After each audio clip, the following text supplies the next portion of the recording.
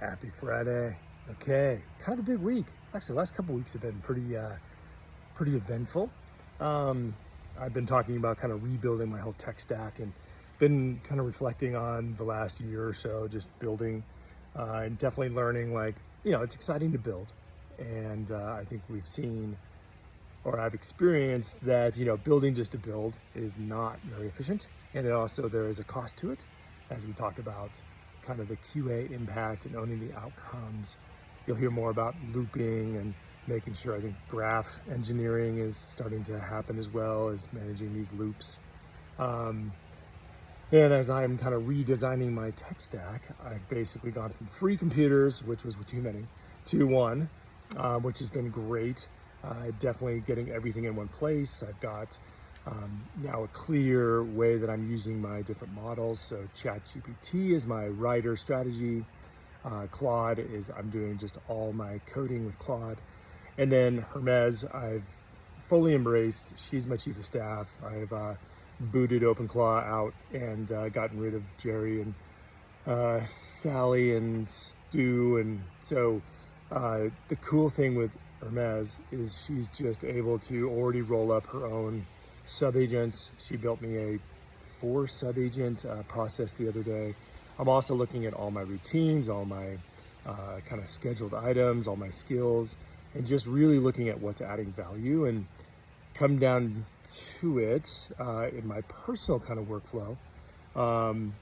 Daily briefs are awesome.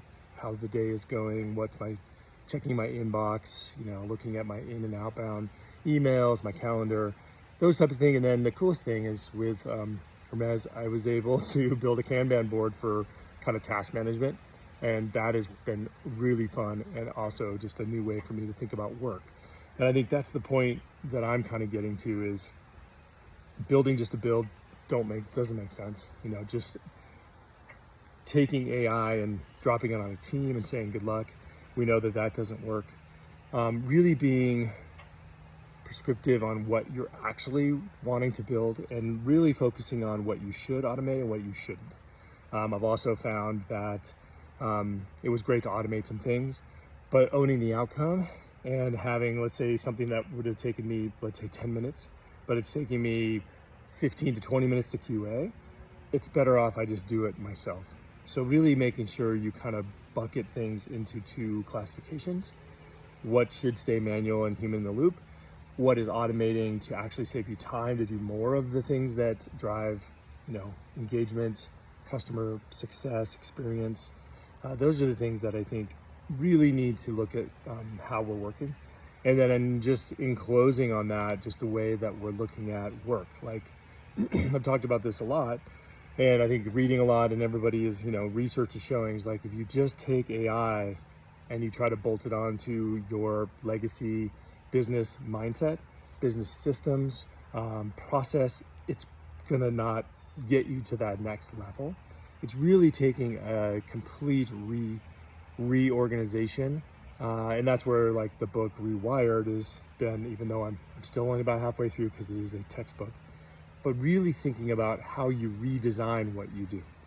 Because right now, when you're thinking about how I'm gonna put AI into my working model today, your working model is limited by by process, people, systems, tools, and feedback that are legacy.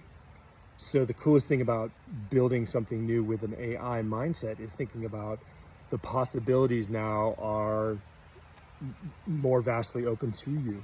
Things that you wouldn't be able to do as a knowledge worker outside of maybe development is now you can develop something. But again, just because you can doesn't mean you should. So as a team, get together, think about really on a whiteboard, which is always fun, is think about what the blockers are, but also push yourself to really remove the thinking around what you can't do, because that paradigm has changed. Great book called The Science of Scaling. If you have time to read it, it's awesome. It really gets you to think about how do you 10x your work, your business, your leadership style. Think about getting out of your own box that you've put yourself in. Anyway, I hope you have a great Friday. This is, like I said, been a really cool couple weeks of just kind of stepping back and really looking at all the systems and tools and process and automations and AI tools that I've been using, and really narrowing it down to what I think is a really cool model that I'm having some fun rebuilding. So anyway, kind of a long one today. Thanks for listening to my ramble. I'd love to hear what you're thinking about if you're just getting started or knee deep in also thinking maybe about a re-architecture. I think it's going to be kind of the norm, is, every 6 to 12 months, as we always should be, we'll be looking at all our process, looking at the outcomes, and doing a cost analysis against those systems and saying what needs to change. All right, well, have a great weekend. The last couple weekends of the summer, I can't believe it. School's already started for everybody. But enjoy your Friday. Have a great weekend, and thanks for being with me on the swing. All right.